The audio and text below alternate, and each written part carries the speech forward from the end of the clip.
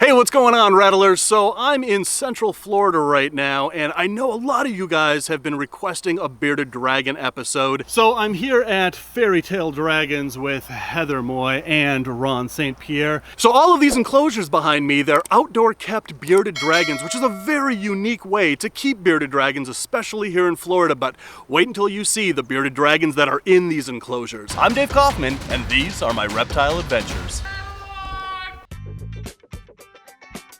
At Rainbow Mealworms, we grow all our insects 100% naturally so that you get the freshest, most lively feeders on the market. So for all your reptile food needs, place your order today at rainbowmealworms.net. So you've got all of these outdoor enclosures here. This row, that row, that row. Now some of these aren't all Beardies, but the majority of these are Beardies. Correct. So all of each unit Look at these guys. has anywhere from 2 to 3.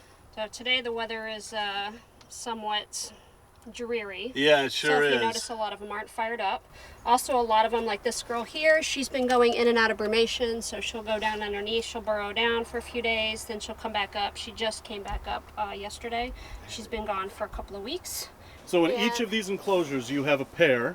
I have anywhere from 2 to 3. So there's a 1.1, a 1.2, or 2 females. It just depends on the enclosure. Gotcha. There's no more than 3. These are set up, these are all 4x4 units, and they're multi-level, so they have a lot of room. Sure. They have a lot of space to kind of get away from each other and do their own thing. This is one of my males, for example, here. Look at that. I mean, He's a Hypo Paradox. So this is a Hypo Paradox, and even with it being gloomy out here and they're not fired up, they are still just flaming red. So let's talk about this cage design here real quick. So, you know, you've got, what is this? That is some kind of Florida wood? Cypress mulch. Cypress. Yeah. All right, so you've got cypress mulch on the ground, and then you've got an egg box, and that looks like it's a permanent fixture in these enclosures. Well, this is actually, this space, the sand here is utilized, it's multi-purpose.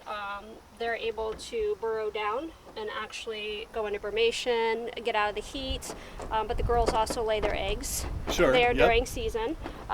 This particular unit, this was the first one that we built, so they're 2 on one door. We changed it a little further down the line, as you notice. Gotcha, You yeah. get your tryout and your prototype and see what you like and what you don't like, and Right. make some modifications and changes. So initially this was provided as a hide for them, so they're able to go in there and tunnel all the way back, but they're able to, in this type of enclosure, they're able to mimic more of their natural behaviors.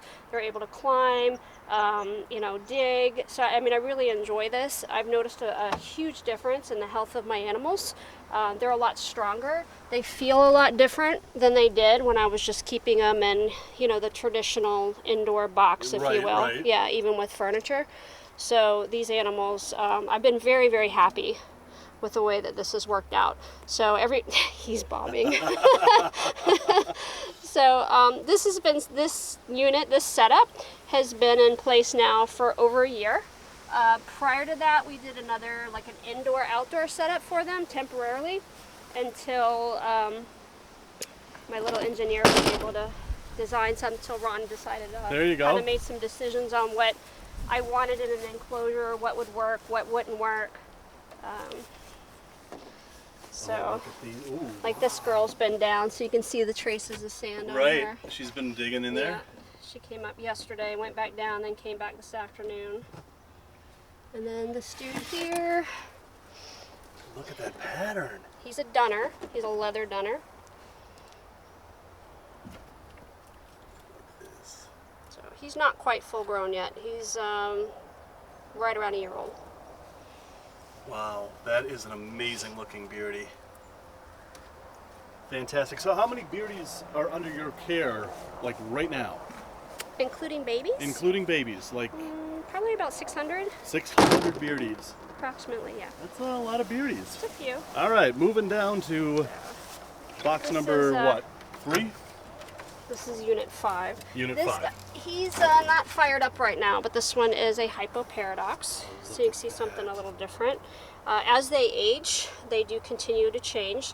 At one point in time, he was solid red. He went into shed as a baby, and when he came out of shed, he was silver. and then over time, he's about 4.5 now.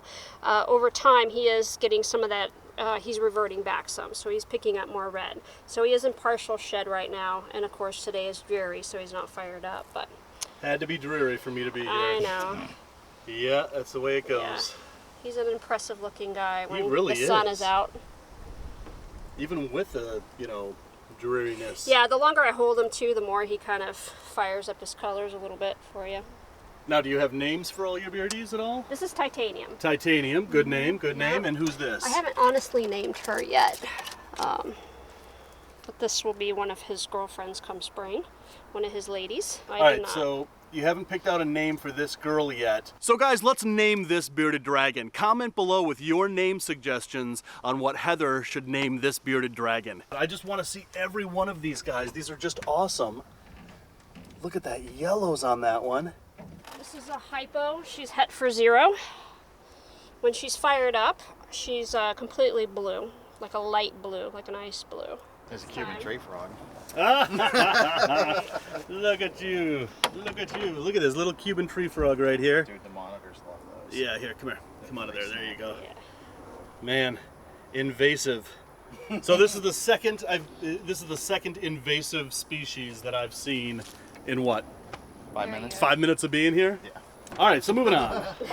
That's a female. She just recently laid her last clutch. I hope she's gonna go get her this year. So, so anyway, but yeah, she laid 9 clutches this year. 9 clutches Yep. this year. What is your record on clutches for a bearded dragon?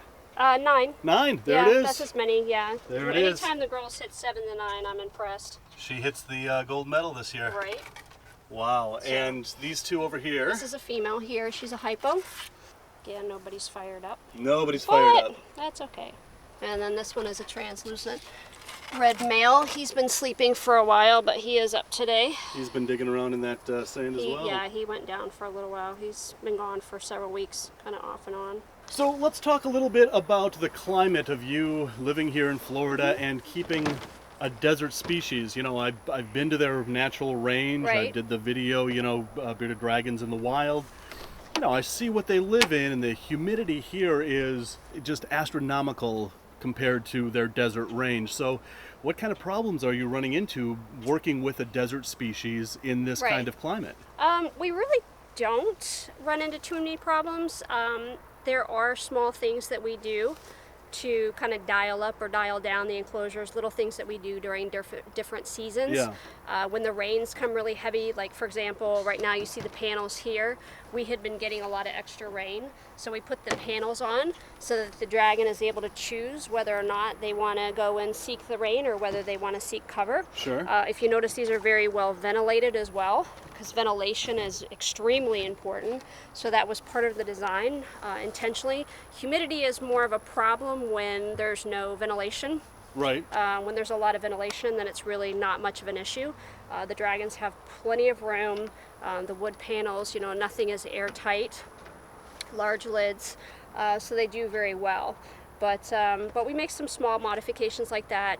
During the winter, obviously, rain is fine for a dragon. There's absolutely no problem with the dragon getting rain. It's no problem for them to get cold, but they don't do well with cold rain. Right. So we use a 6mm plastic that we use to make sure during weather events we're out here. So it's something that if you're going to do this, you have to be on site. Pretty much somebody has to be on site 24/7 to make those to make those slight modifications for any weather condition that comes upon us. All right, so moving on here to these enclosures. Who do we have in here? I think everybody's hiding except for the male. Yep, the ladies are gone. And the male It's is... a leatherback, red leatherback. Yeah, absolutely. Look at that. Okay, so there's your leatherback. And so how many genes do you think that you work with here? I work with all of them. All of them? So, yeah. Like, I don't have any visual zeros out here, but that's because all of my adults right now are het. Gotcha. So I do have some visuals, some babies. If you want to see those later, you're more Yeah, than welcome we to. wanna see the I babies. can bring Look at those these out. guys. These are 2 ladies. Their male's been under for a while now. They have been as well. They just came up, so they're looking a little... She thinks you have food. She doesn't care what time of year it is. These are both hypos. They're het for trans. They're typically A real pretty orange yellow with some blue. Yeah, definitely. But today's not being kind to us. Today is not being The weather kind. is not our friend. Everybody's dark trying to suck in as much heat as they can. That one is beautiful. That one is a Hypo G-stripe Dunner leather. So what do you have? You have 1 male, 2 females in each enclosure? Yes. I have a couple that have just 2 females or a 1.1. So, but for the most part, yeah. Okay. So she just laid for me. This girl is she just laid. How you doing? Yeah. Yeah, she's a squirmy, being squirmy. You're being squirmy. She is a leather Dunner G-stripe, and she's also a hybrid. So she is. She does have some barbata. Does she? Mm-hmm. Yeah, you can kind of see it in that little pointy nose of hers. That is an amazing Beardie. He's when he's fired up, he's absolutely spectacular. Can we see him? So, yeah, he's probably. I try not to mess with them too much when they're doing their thing. Yeah. He's kind of semi-bromating there. Bromation outdoors, is very different than what people experience indoors. Right. So for me here, around now, several weeks ago, I started noticing, I'll start seeing them vanish. So they'll start testing, they'll start finding places that they want to sleep, whether it's under the subfloor, whether it's down, whether they build a burrow and head under that way. Some of them will vanish on me for months on end and I will not see them at all, not even a peep. Others, like you saw some today that had the sand on them, they'll go down for a couple of weeks and then they'll come up. They'll go down for a couple of weeks, come up. So, and pretty much everything in between. So I have some of them that'll stay up the whole time, but they'll just get really inactive. Just like the boy here that was in the corner and he's not really moving a whole lot. He's in that state. So like I said, when they're in that, I just leave them alone and let them do their thing. I do keep an eye on them for any issues that may arise, but they do very well. Yeah, you definitely can tell that these guys have been, burrowing in that sand. And so these guys are in brumation, but right now they're up. Correct. So they go up and they go down throughout the day. Correct, yes. Yeah. And some of them, I have males and females, both that are under that I won't see for, I won't see them till spring. Gotcha. So sometimes because we get waves here, Florida's kind of interesting, we don't get real cold like y'all do. Right. So we'll get a cold front that comes through, it'll get really chilly and then it'll warm back up. And at that point in time, sometimes I'll see some of them come up and get some afternoon sun. They'll jump up on one of the branches for a bit. And then the next day they're gone again. All right, so all the babies are inside. How many Correct. babies do we have right now? About 400. Let's go see 400 baby Beardies. So because of COVID, we're going to do all of this outside, practice social distancing, but you've brought out a selection of some of the most incredible babies that you have here, and of course we just want to see as many as we can here. So let's just start with this guy here in your hand. This one is a Dunner. These are 2 reds. These are siblings. So you can see they're highly variable. The clutch mates, you'll have some that are more intense, some that are a little bit less. This one's actually a hypo as well, so. Gotcha. Perfect. There is just, out of all the morphs, there is just something so incredible about just kind of, I don't want to say plain old, but just plain old reds. Man, they're some of my favorite bearded dragons, that's for sure. All right, so look at the tiger stripes on this guy. So that's not his head. His head's in shed. His head is in shed, yes. This one's actually a female. This one is a Hypo leatherback, and she is a hybrid. So she is a low barbata content hybrid. Wow. This one is a Hypo Whitlets. She is a high color. Her head is in shed right now, as is her tail. Wow. And now you were talking a little bit about these, that they are a patternless mutation, but that they can also have some color. Correct. And look at that color on her. I love that solid stripe down her back. It's a recessive mutation and it actually masks the pattern. How much would a bearded dragon like that cost? She would go for she would be in about the $500 to $600 price point. Okay, that's kind of where I was thinking with that. And then this guy. This one right here, this little guy is a hybrid, and he is a Dunner and a G-stripe. Wow, not a lot going on in color, but I absolutely love his structure, and I love everything about him. He's a good-looking guy. And He's a good-looking guy. there's a lot that we can do with a genetic like that. This is a good one to build on. Exactly. Put red into it. Right, exactly. All sorts of things with that one. So this is a paradox. She just started changing about a month ago. You notice the blotches here. Yeah. So here's the Japanese airplane, bearded dragons.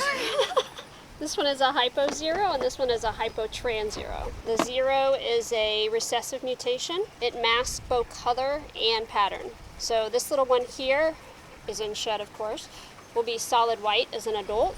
And this one, the Hypo Trans 0, will be a light gray lavender. So now the zeros are... These are about a month old. They're about a month old, but the zeros are kind of the most popular bearded dragon morph Right now. there are. They're the newest mutation, so they're still quite popular. Yeah.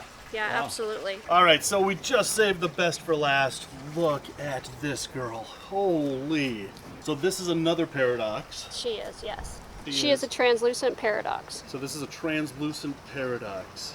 That almost sounds like a Marvel superhero, doesn't it? Yeah, she's heading into shed too, so she's looking a little dull today, but she's a beautiful girl. This is amazing, even not fired up. I can't imagine what she looks like fired up. Okay, so guys, I'm gonna have to come back here on another day to do a follow-up when a storm isn't coming and everybody's fired up, and show off some more of your bearded dragons.